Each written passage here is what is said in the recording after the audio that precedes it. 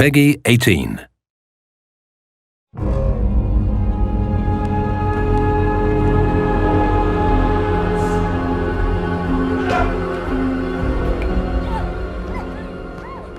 I'm Jessica Jeffries. I'm a casting director and first AD for motion capture. In video games, everything's kept so top secret. I was given limited information in regards to the game itself and the characters that I was needing to cast. What's interesting is I come at it from a very specific character description, whereas the director and producers, etc., they all have a voice in their head from the voice actors that have already done the character performance. So once I take that character description, I then look to finding the best actors possible for the job. And action! With casting, especially for this particular game, we needed actors that are very good at taking direction, good at thinking on their feet, good at accepting things that aren't a norm. For example, suddenly switching time periods and then embodying a completely different character, whether that's human or anything else. We also needed actors that were physically aware. So when we needed the more challenging physical aspects for the characters, we need people that are switched on and could use their imagination because they've got no sets, no environments here. I'm not wanting around to see yourself get killed. This is suicide. With motion capture, what's really interesting is that you don't always get a lot of information to begin with. So a lot of it you learn on set in the moment. We have 3 characters each, and each of those are from different time periods. So it's just really important to be focused and really alive and in the moment, and you kind of take what you can with what the producers and the directors tell you about the characters, and then you've just got to jump in and give it all you've got. Usually you would follow the storyline and know where you're coming from, where you're going to. But in this, if they were to give you a script, it would be 2,000 pages long because it branches so much depending on what the player does and in which direction they take you. It's too complex to try and think out thought by thought, so you just point and shoot, basically. And action! We read the script, so we have a general idea of what we've got, and then they play the previs, which is on the big screen at the back. You get a sense of the environment, and then they mark out things on the stage as well. So you've got to maneuver yourself through these obstacles that aren't really there.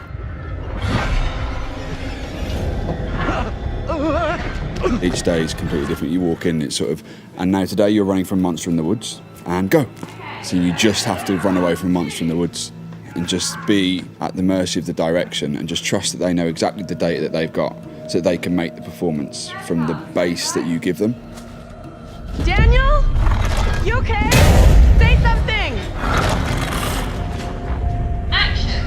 It's quite different to traditional acting because it's more about being spontaneous in the moment. So it's familiarising yourself with the relationship between the characters and the backstory and where they've just come from into the scene. And then when they feed you the lines, just improving the scene, what feels most real to the moment then and there. There are definitely similarities between my 1970s character and my modern day character. Tanya was definitely a little bit of a stroppy teenager vibe to her, and that is brought into my main Taylor character because we do want to channel some of that character into the main one, and it's making sure that we pick the bits out that we want to keep, then also give Taylor a strength as well, so she's not just running around being stroppy and moody all the time. It's that idea that she has a strong character behind her, and yes, she needs a bit of encouragement, but ensuring that she's got that strength and that courage behind her just to kind of get her through these horrendous ordeals. I've treated it as though each character's the same, and that I trust that the direction will lead them to be different people, because I just play what I play, and then when they're in that environment they will respond accordingly to that environment, and I want to try and keep like a thread between the characters so that there's like a through line there. So if I focus on that, then it'll be apparent when they're in all the different timelines which one they're in and what they're doing and stuff like that. Action! It's about physicality. It's the thing that I keep saying through my head is like when I'm running like John, it's like Fat Boy running, so I'm just kind of starting to hunch myself over a bit heavier on my feet. Because I'm playing mostly John, that's the big thing that I've got to keep in my mind, is that he's a big heavy guy and he's much older, a lot less mobile than I am.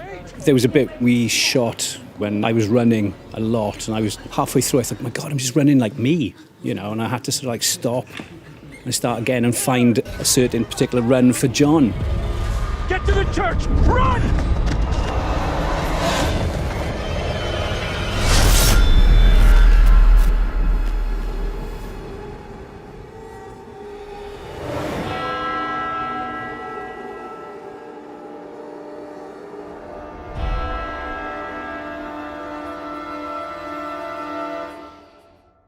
Hey, now don't close out, I've got some awesome movie extra trivia. One of the great pioneers of special effects was Ray Harryhausen. He pushed the limits of imagination, visual effects and miniatures in ways that inspired generations after him. One of his most famous moments in film was a scene in Jason and the Argonauts where the hero had a sword fight with 7 skeleton warriors. The scene was done with stop motion and took 4 months to complete. Now, do you like my shirt? You can get one for yourself in the shop section under the video.